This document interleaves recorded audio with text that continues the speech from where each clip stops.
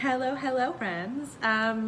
So this is kind of exciting. I thought I would start a new chapter book, but this one is not suitable for younger grades. I would probably say grade 4 and up, just because I've decided to read a Goosebumps book. I was talking to a class the other day and they're really into scary stories, which is super cool, but they just read the same scary stories over and over.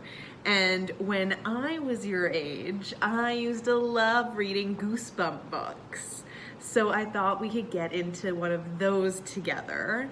And I mean, Goosebumps is still very popular. They're still making comics. R.L. Stine is still working. There's movies being made. There's TV shows being made. So I thought that this would be something fun we can do together. So the book I chose was Say Cheese and Die. Ooh. If your teacher watched the original show, or maybe you did somehow, Ryan Gosling was in this episode. A very young Ryan Gosling.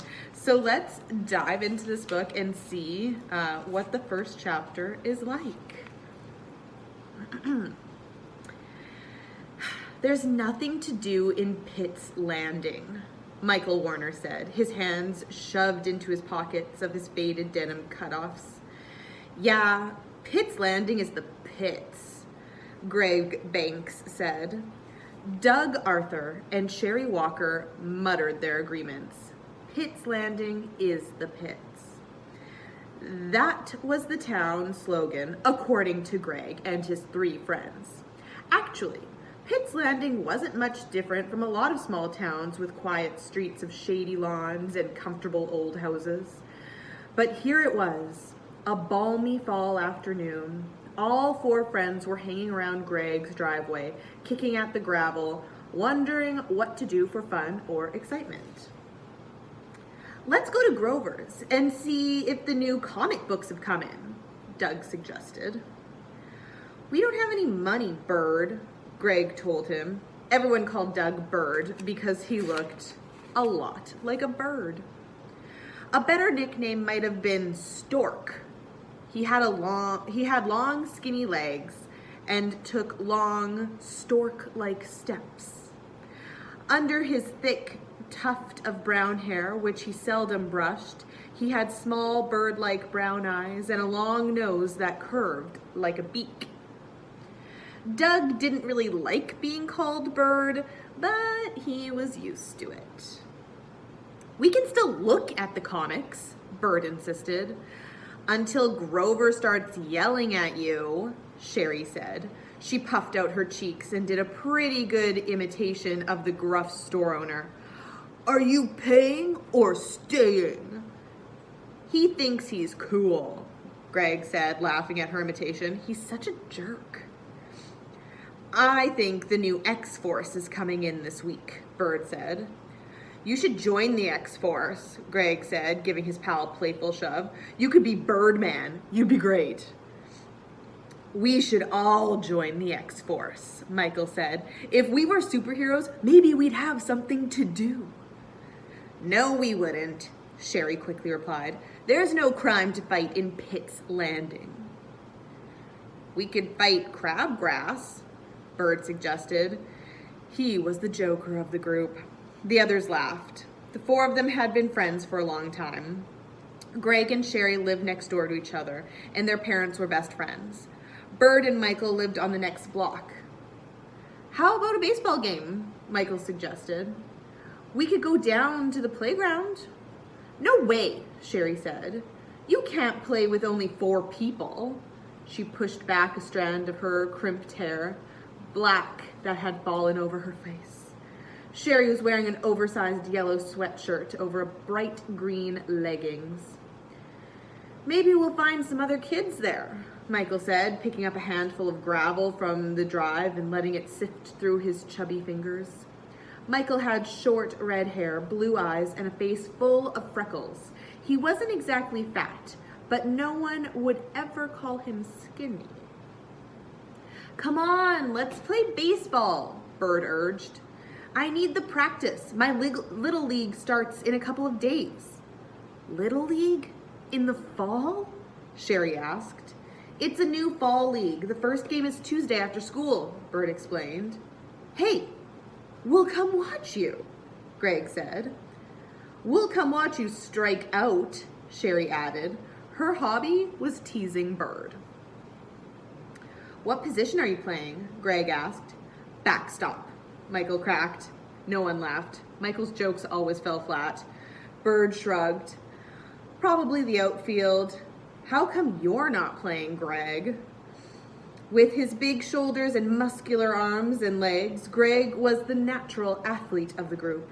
He was blonde and good-looking, with flashing gray-green eyes and a wide, friendly smile. My brother Terry was supposed to sign me up, but he forgot, Greg said, making a disgusted face.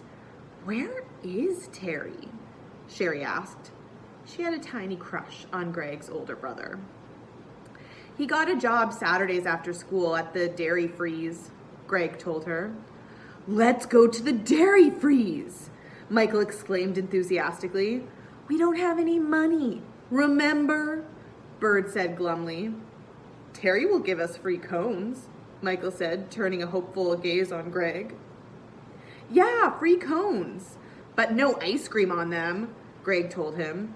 You know what a straight arrow my brother is. This is boring, Sherry complained, watching a robin hop across the sidewalk.